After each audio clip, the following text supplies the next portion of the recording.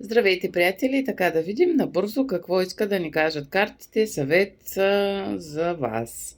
И така, карта, която се падна за хората, които гледат това видео е Седмица вода, което ни казва трудно решение, необходимо е проучване, не отлагай повече.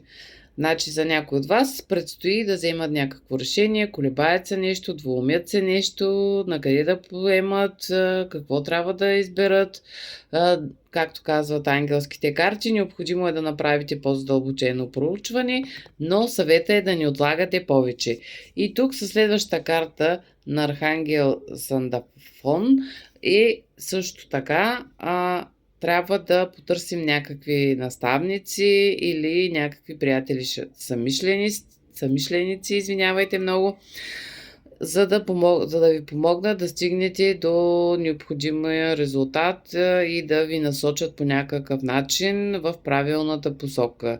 Допитайте се до ваши близки приятели, на които разчитате, на които смятате, че няма да ви подведат, че са ви, така да се каже, верни и ще ви мислят доброто, или просто, ако е в работна сфера, да речем, нали, с някой по-висшестоящ или с колеги, ако работите заедно по някакъв проект, седнете, огледайте нещата от всеки един ъгъл, всеки да изкаже някакво мнение, за да може взаимно да стигнете до най-доброто решение, което е за дадената ситуация. И това е, нали, за краткото ни видео. Някаква такава по-голяма светлина върху вашия проблем. Благодаря ви, довиждане до следващия път!